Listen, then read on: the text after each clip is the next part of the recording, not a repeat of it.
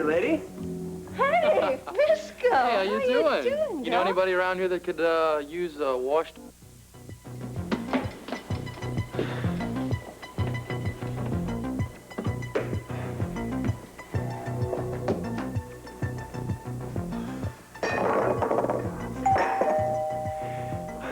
I knew you'd come back. Well, I hope so. I mean, you asked me to come over here. I'm sorry, Robert. I was expecting somebody else. Celia? That's right. Oh, she's back from Long Island. For now. Look, did I come at a bad time? As a matter of fact, yes. Oh, I'm sorry. I had no way of knowing that. You didn't ask me over here for lunch. Oh, I apologize. I forgot all about that.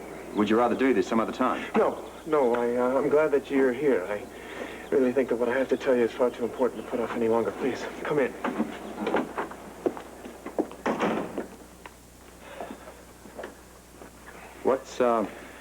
What's bothering you? I think you better take a seat. Dr. Campbell phoned me. What? I couldn't believe it either. Well, what do you want? He wanted me to meet him at a crossroads out in the country. When I got there was nobody around. I waited for a while, and when he never showed, I came back home. You think something happened to him on his way to meet you? I think it was another wild goose chase. Another?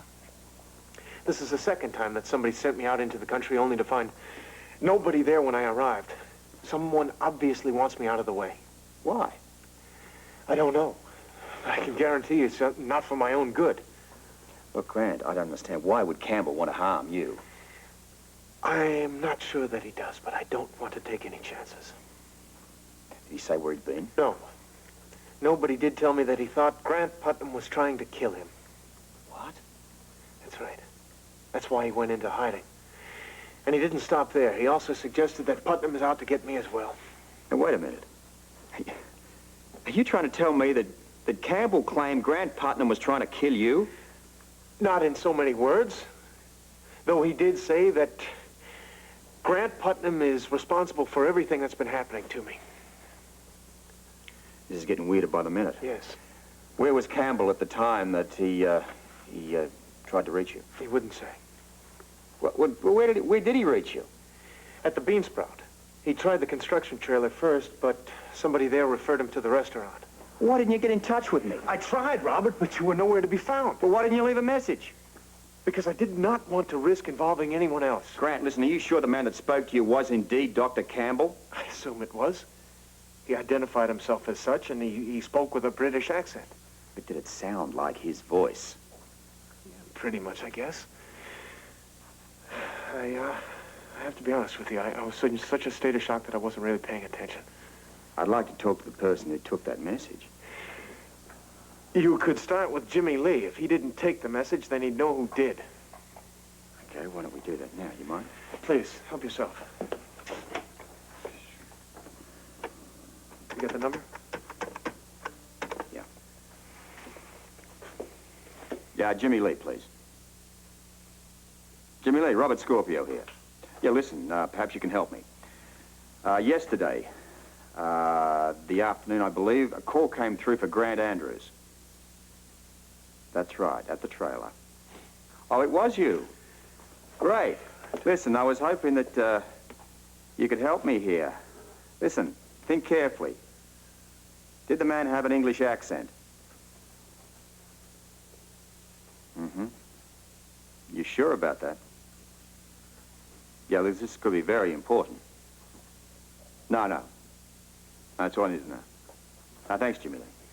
Bye. Yeah, Jimmy Lee remembered all right. The man did not have an English accent. What? The man who called the trailer to talk to you did not have an English accent, unless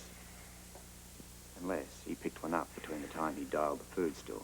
Robert... Now, there's something that just doesn't quite make sense here. Look, Dr. Campbell has got a very pronounced British accent. There is no way that Jimmy Lee could have mistaken it. Then someone pretended to be Dr. Campbell to call you.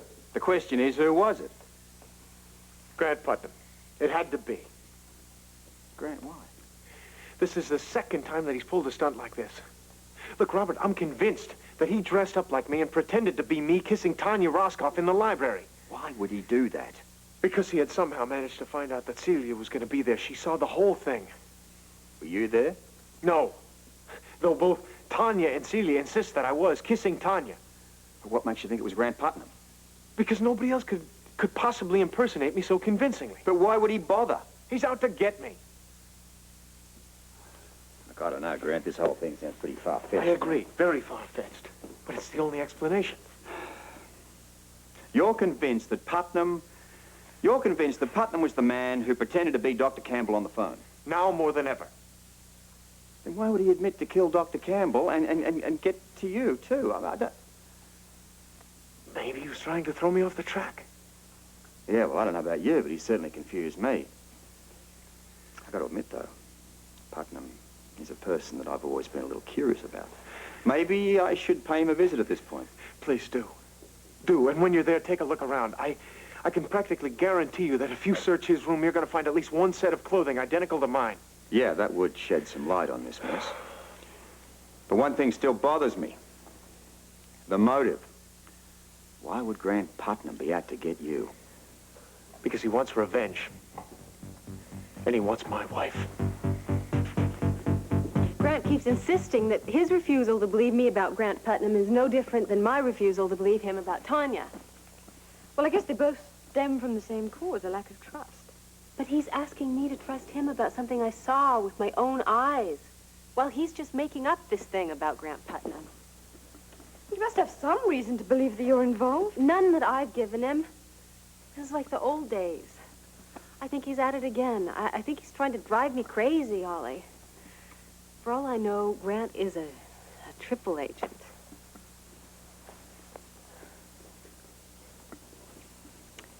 Come on, Celia, you're upset. Yes, I'm upset. Don't you think I have a right to be? Well, that remains to be seen. But one thing is certain at the moment, and that is that you're not thinking clearly. No, I'm not. I'm exhausted. Yeah, I can imagine. Do you want to stay here for a while and trying to relax? If you wouldn't mind. No, of course not. Good, I do need to rest. I haven't been thinking clearly. I don't know how much more of this I can take, Ollie. And lotion. Hey, Oh, right. what do you say we call it a day, huh? I mean, you're done with your commercial and everything, and we got nothing else to do here. Well, why don't we just wait just a little bit longer? I mean, Jake is bound to show up. He has to pick up these papers that I signed. He said he'll be here, he'll be. Folks, our court ran longer than I expected. You got those papers for me?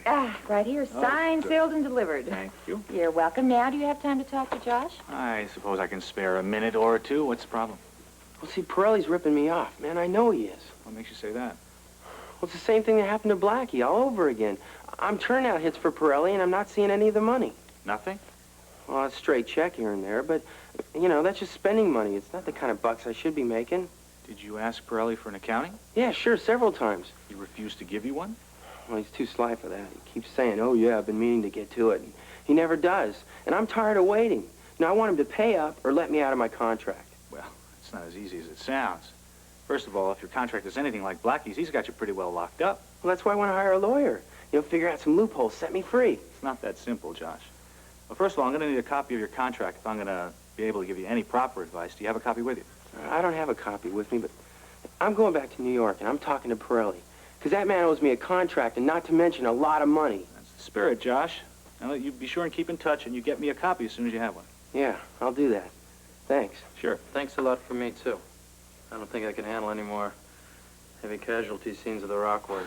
Appreciate it. Well, I can't help you guys write the music, but I can make sure you get paid for it. Well, what did I tell you, gentlemen? Isn't Jake worth waiting for? Come on, let's go. Okay.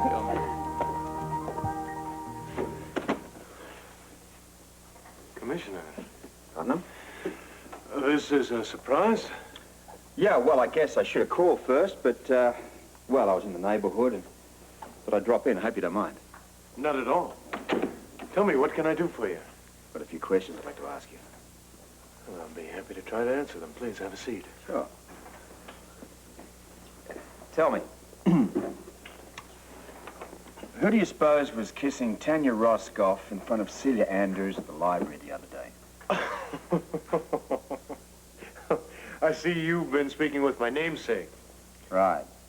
But that's not answering the question. Commissioner, I barely know the woman. Maybe. But you still haven't answered the question. All right. In answer to your question, I have no idea who it was that kissed Miss Roscoff the other day, but it certainly wasn't I. You heard from Dr. Campbell of late? No. Is he back? I was hoping you could tell me. Well, I haven't heard anything from him. It's rather strange. If he is in town, I would think that he would have contacted me. Maybe he got you confused with Grant Andrews. Why would you say that? Well, because someone claiming to be Dr. Campbell called Grant up. I see. I take it that they never quite connected. No, apparently the whole thing was a hoax. Really? Yeah. Now, who would pull a stunt like that? I was hoping that you could answer that. I'm sorry. I wish that I could. I assure you I'm as anxious as anyone to find out what happened to Dr. Campbell. Tell me, where were you when all this was supposedly going on? In New York City, with my attorney, Henry Armistead. I trust you could verify that. Of course. Was there anything else, Commissioner? Well, yeah. Oh. Grant's under the impression that you're running around, impersonating him. Yeah, I've gotten that impression from him. I can only assure you I'm not, though I suppose I would be a likely candidate. Yeah, I guess you could pass for him pretty easily, you know, maybe a change of the hair here and alter your clothing somewhat. Never gave it much thought, but yes, I could. Well, I'm kind of curious, maybe how closely your wardrobe might resemble his. I would say not closely at all. Our tastes in clothing are very different. But don't take my word for it, please. Have a look for yourself. Well, I'd like to do that, but, well, I shouldn't. I didn't bring a warrant with me. Oh, nonsense. I'm giving you permission. In fact, I'll even put it in writing if you like. Well, if you insist.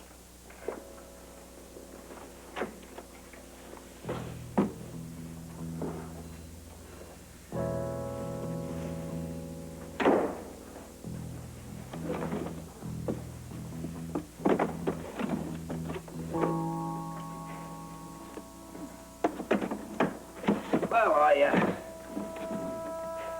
don't see anything here that even remotely resembles anything that Grant Andrews might own. Sorry to disappoint you. Yeah. Well, I apologize for taking up your time, but I do appreciate your cooperation. I'm glad you're satisfied. Yes, I am. Well, have a good day. You too, Commissioner.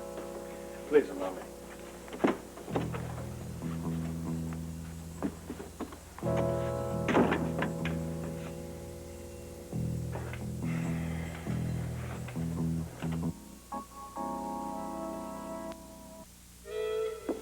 Would it be all right if I spend the night here, Holly? Well, of course, but I think you should call Grant and tell him. No. Would you? All right, I will. I'll have to let him know that you're all right, otherwise he's probably going to be frantic.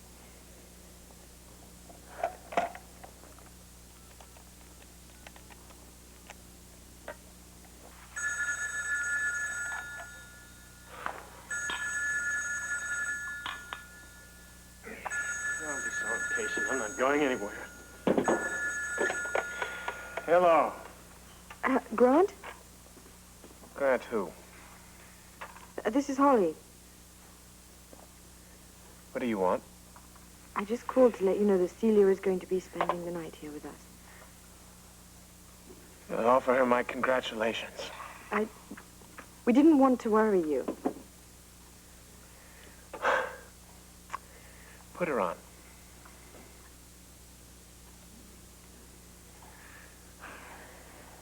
She'd rather not talk to you now. Don't you mean that she can't? She's not there, is she? She went straight from here to her boyfriend's. Celia is standing right next to me. Hmm? You're a liar, too, Holly. You know, I realize that you were a friend of Celia's, but I never expected this from you.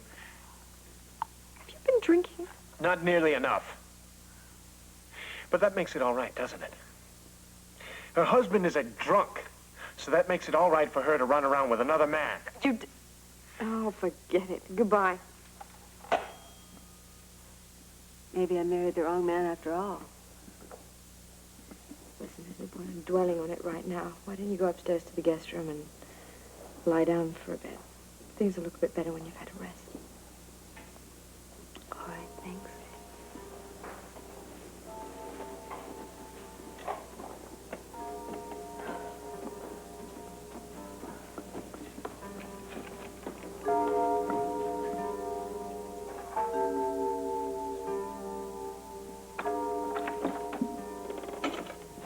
Well, afternoon.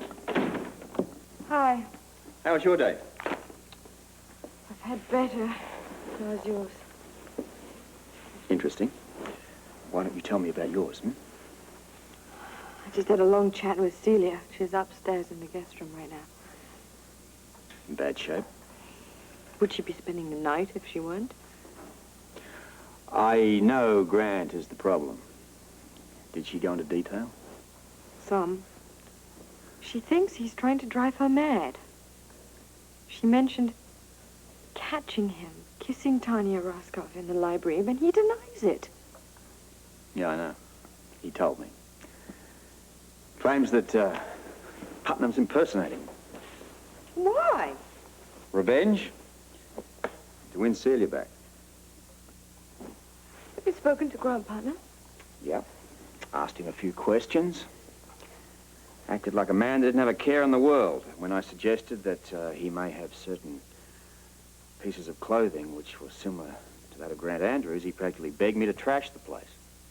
Well, it doesn't sound like someone is hiding something. Well, if he is hiding something, I couldn't find it. I couldn't find one single article of clothing in that place that even remotely resembled anything that Grant Andrews might wear. Did you ask him where he was when Tanya was being kissed in the library? I did. He was in New York with Henry Armistead. That's a pretty simple alibi to check up on. I was thinking the same thing myself.